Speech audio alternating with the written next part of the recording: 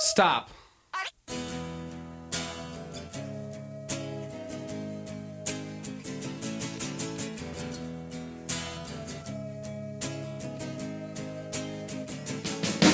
Tip number 1. Cook your flashbangs. It is a huge advantage. It is very underrated.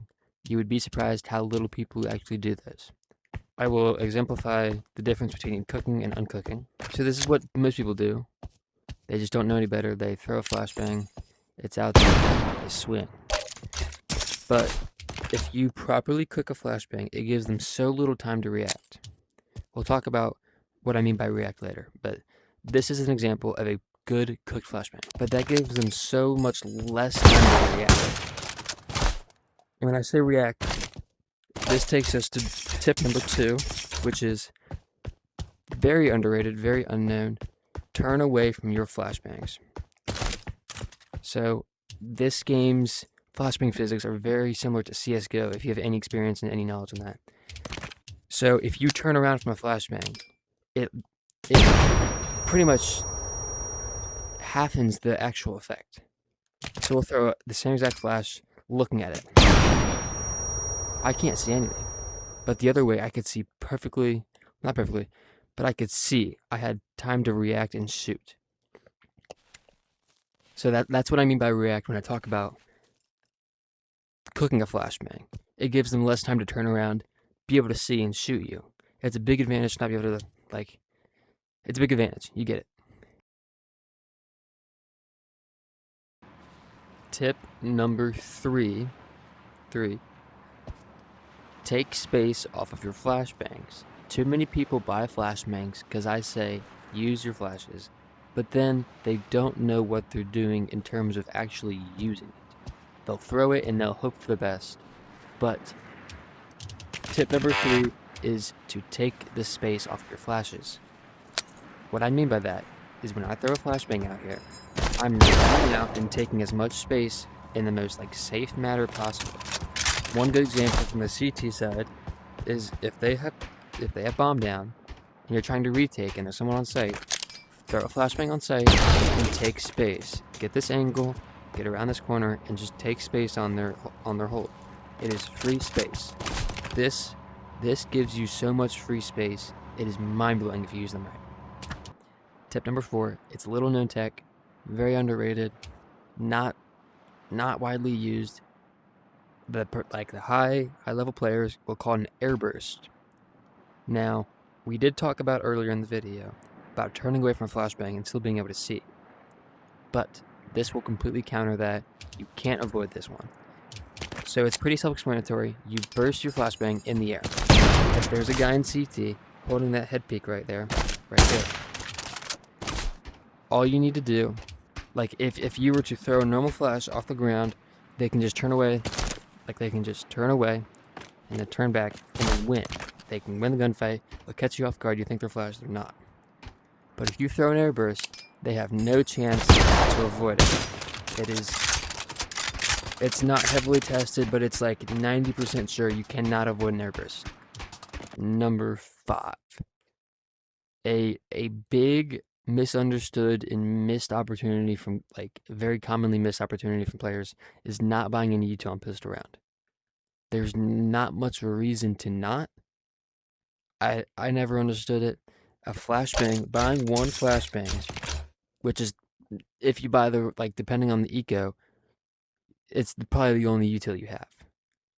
So when I go on pistol round, I buy a Tech 9 on T side and Glock on CT. I can only buy one flashbang and I make it work. But the amount of people that I see never buying a flashbang is actually crazy. It's so misunderstood how useful this is. How much space you can take, how many kill opportunities you can have. It can be a game changer. Tip number 6. Using your flashbang at the right time. Too many people I see, they'll be sprint peeking site, they'll be doing what I do, similar very commonly on B site on stockpile. They'll see a person right here, right there, barely peeking out. They'll throw a flashbang and then swing. And by the time you're out, they're already back in cover, and you're overextended, giving the enemies like a bigger opportunity to kill you gets big. So what the moral of the story on this tip is, you need to wait till they're in like a terrible spot to get flashed.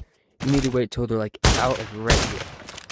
What I most commonly do is I just sprint peek and bait my own body until they are out in a terrible spot, and then by the time like silver, I shoot them. It's so misunderstood how good a flashbang can be if you just time it correctly, if you just are patient enough. Not enough people are patient enough with the flashes. Tip number 7. Get your flashes in front of the enemies. As we've talked about earlier in the video, if you are looking away from a flashbang, it about halvens the actual effect, like leaving you still able to see and still able to have a chance back to shoot the enemy. So what I'm talking about when I say get it in front of them, if there's a person running up wood here, this is a very common situation for me. I do this very often. If there's a person running up wood and he's like on the edge and you throw your flashbang, see how far back that is? It's getting way back there, and he's still looking up here, so he's probably he's still gonna be able to see you and shoot you. But if he's running up and you cook it and throw it directly in front of him, he is 100% blind for 2 to 3, maybe 4 seconds. It is a huge advantage. It is a free win. Do this. Tip number 8. So this tip is centered around using your flashes as cover, as like a temporary smoke. So if you're sprint peeking a man on cash and you see a guy there and you want to get to that corner, a simple method: flash, aim while you cross in case they're not flashed, and they never knew you're there. They'll still expect you over here, and you can just peek out and get a free kill on that guy. Tip number 9 is you need to time your swings off a flashbang correctly. Many people will throw a pre-flash over here and expect to just fine to swing out that late. What you need to do here, go back to one of the earlier tips, cook your flashbang, boom. He has so little time to react to that method. It is so simple, it's so basic. Do it more. So tip number 10 is conserve your flashbangs. I don't know how many times people are like, how do you always have a flashbang left over in a 1v1? Because I don't use them on like unlikely, not common positions. If I have full youth fill on this map, I will only use one flash on entry. I won't do, the most common example is like this, and they waste time. Like earlier I said, to take space. They waste time, aim a little bit, and then they come back and throw a flashbang again. That's 2 to 3 flashbangs to take. That is not good. You need these flashbangs in the late game. It'll help you catch them off guard. It'll set you up in a perfect position in post plant. What if there's somebody wood? What if he's walking? You're playing your life. You force him to walk out, and then, like I said earlier, air burst, free kill. Or if he stuns, you bait yourself. Like I said earlier, bait your body until he has to come out, because the bombs. We're gonna imagine the bombs planted. He has to come out. Then you just throw a flashbang over. Free swing. Wow, that's big. Okay. Anyway, I think that's all I have. Thank you for listening. Thank you for trusting this, hopefully. And I hope to see these improvements in game. Please improve. Seeing improvement is more fun than myself actually improving. Please. I just want to see the community grow. Please. Thank you.